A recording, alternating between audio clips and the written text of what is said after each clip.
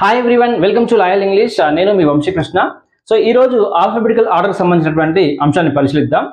So alphabetical ఆర్డర్ని మనము dictionary order అనొచ్చు లేదా అరేంజింగ్ ఆర్డర్ అనొచ్చు. సో ఇది ఎందుకు అంటే ఈ రోజుల్లో జరిగే ప్రతి కాంపిటేటివ్ ఎగ్జామ్లో ఆల్మోస్ట్ ఒక క్వశ్చన్ అనేది దీనికి సంబంధించి ఇవ్వడం జరుగుతుంది. సో అసలు ఆల్ఫాబెటికల్ ఆర్డర్ అంటే ఏం లేదండి, ఈ ఆల్ఫాబెట్స్ని ఒక ప్రాపర్ ఆర్డర్లో మనం మెన్షన్ చేయడం. అంటే మనం డిక్షనరీని కనుక పరిశీలించినట్లయితే సో ఎలా ఉంటాయి, ఫస్ట్ ఏతో స్టార్ట్ అయ్యే వర్డ్స్ అన్ని ఉంటాయి, ఆ తర్వాత బీతో స్టార్ట్ అయ్యే వర్డ్స్ అన్ని ఉంటాయి. సో ఇలా మనం పరిశీలిస్తే చివరి వరకు జెడ్తో స్టార్ట్ అయ్యే వర్డ్స్ అనేది మనకు కనబడతాయి.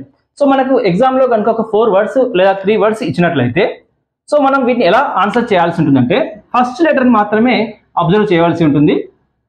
సో ఫస్ట్ లెటర్స్ని అబ్జర్వ్ చేస్తే ఇక్కడ యాపిల్ అనేది ఆ వర్డ్లో ఏ కనబడుతుంది కదా. సో మనకు ఏబిసిడీస్లలో ఫస్ట్ వచ్చే లెటర్ ఇది కాబట్టి సో యాపిల్ అనేది ఫస్ట్ వర్డ్గా, ఆ తర్వాత బనానా అనే వర్డ్లో బి అనేది ఉంది కాబట్టి ఇది సెకండ్ వర్డ్గా, సో ఆ తర్వాత ఆరెంజ్ అనే వర్డ్లో ఓ అనే లెటర్ ఉంది కాబట్టి ఈ థర్డ్ వర్డ్గా మనం అరేంజ్ చేయవలసి ఉంటుంది. అంటే మనకు డిక్షనరీలో చూస్తే వర్డ్స్ ఎలా కనబడతాయి, సో ఫస్ట్ యాపిల్, ఆ తర్వాత బనానా, ఆ తర్వాత ఆరెంజ్. సో ఎగ్జామ్లో మనం ఈ విధంగా ఆన్సర్ చేయవలసి ఉంటుంది. అయితే ఇంత సింపుల్గా ఓన్లీ ఫస్ట్ లెటర్తో ఐడెంటిఫై చేసేలా వర్డ్స్ అయితే ఇవ్వరండి. సో మరి ఎగ్జామ్లో ఎలా అడుగుతారు అనేది ఒక ప్రీవియస్ క్వశ్చన్ ద్వారా పరిశీలిద్దాం. సో ఫ్రెండ్స్, ఈ క్వశ్చన్ మనము లాస్ట్ ఇయర్ గ్రూప్ 3 పేపర్లో పరిశీలించవచ్చు. క్వశ్చన్ చూస్తే చాలా లెంతీగా కనిపిస్తుంది కానీ దీన్ని చాలా ఈజీగా మనం సాల్వ్ చేయవచ్చు. ఇక్కడ క్వశ్చన్లో ఏమడిగారంటే డిక్షనరీ ప్రకారంగా వీటి ఆర్డర్ ఏంటి అని అడిగాడు. అంటే డిక్షనరీలో వర్డ్స్ లాగా మనము వీటిని ఐడెంటిఫై చేయవలసి ఉంటుంది. సో అన్ని వర్డ్స్ కూడా మనకు సిమిలర్గా కనబడుతున్నాయి. సో వీటిని ఈజీగా ఎలిమినేషన్ వేలో మనము ఆప్షన్స్ ద్వారా సాల్వ్ చేయవచ్చు.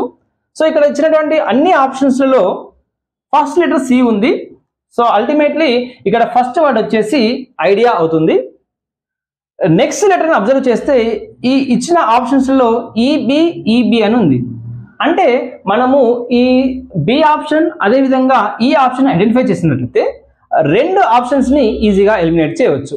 సో ఇక్కడ చూద్దాం. సో ఫస్ట్ 3 లెటర్స్ ఐడిఈ సిమిలర్గా ఉన్నాయి. సో నెక్స్ట్ 3 లెటర్స్ ఎన్టీఐ ఇవి కూడా సిమిలర్గా ఉన్నాయి. సో 6 లెటర్స్ సిమిలర్గా వచ్చాయి.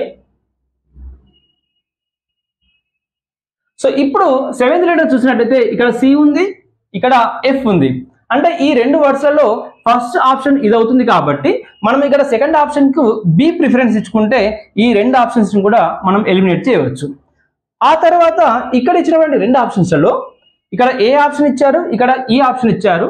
సో ఇవి 2 చూసినట్లయితే సో ఇక్కడి వరకు సిమిలర్గా ఉంది కాబట్టి నెక్స్ట్ ఇక్కడ వై ఉంది, ఇక్కడ ఐ ఉంది. సో ఈ 2 వర్డ్స్లో ఫస్ట్ ఐ తోటి ఉండే వర్డ్ మనకు నెక్స్ట్ ఆప్షన్ అవుతుంది. సో ఇక్కడ ఈ అనే దాన్ని మనము కరెక్ట్ ఆన్సర్గా చూస్ చేసుకోవచ్చు. సో ఫ్రెండ్స్, ఈ విధంగా ఇలాంటి సింపుల్ క్వశ్చన్స్ని మనం ఎగ్జామ్స్లలో అస్సలు మిస్ చేసుకోకూడదు. ఎందుకంటే ప్రతి ఒక్క మార్కు మనకు చాలా విలువైనదే.